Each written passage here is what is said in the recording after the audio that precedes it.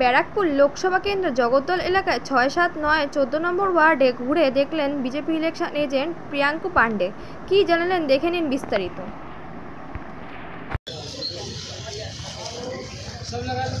जगदल चश्मे रहमत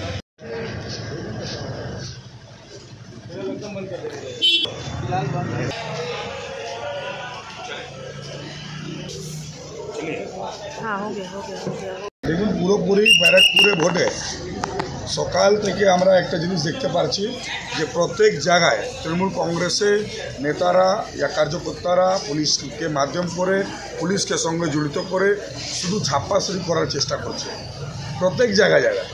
আমাদের ভারতীয় জনতা পার্টি কয়েকটা পোলিং এক জায়গায় ঢুকতে দিচ্ছে না, কয়েক জায়গায় ওপেন প্রক্সি ভোট করছে। এইরকম সমস্যা পুরোপুরি ব্যারাকপুর লোকসভায় চালিয়ে যাচ্ছে।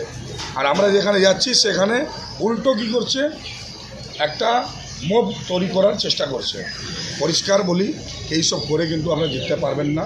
এই ছাপ্পাছাড়ি করে ব্যারাকপুরকে কোনোদিন জেতা যাবে না। ব্যারাকপুরের মানুষ ভারতীয় জনতা পার্টির সঙ্গে আছে, তাই জন্য আমরা কিন্তু ফাইট করছি, লড়াই করছি।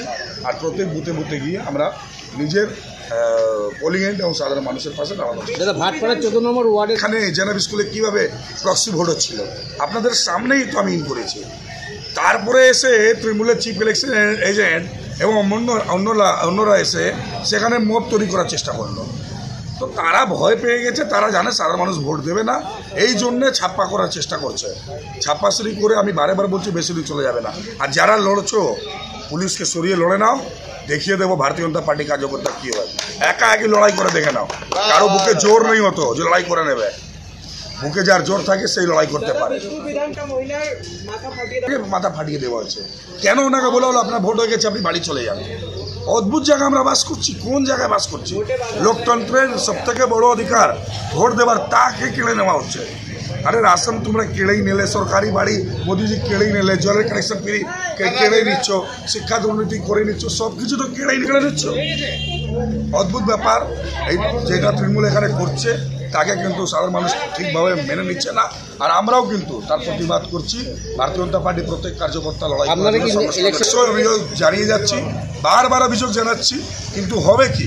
সেন্ট্রাল ফোর্সকে তো নেতৃত্ব দিচ্ছে বাংলা পুলিশ। যেখানে আমরা কমপ্লেন করছি এ জায়গায় এরকম করছে, তখন তাকে গাইড করে তো নিয়ে যাচ্ছে বাংলা পুলিশ। এবার বাংলা পুলিশ গাইড করে নিয়ে যাচ্ছে, তাহলে আধ ঘন্টা 1 ঘন্টা পরে পৌঁছাচ্ছে। যেখানে ছাপ্পা হয়ে যাচ্ছে আমরা পৌঁছাচ্ছি, তারপরে পুলিশ পৌঁছাচ্ছে। কেন? পুলিশের সঙ্গে কিবাটি টিম আছে, ফোর্স আছে। यही तो हाल है। की बोलते बारी सर, एक बात जो रिपोर्ट है 45% प्लस का था, उसका अभी करंट अपडेट क्या है पता नहीं है।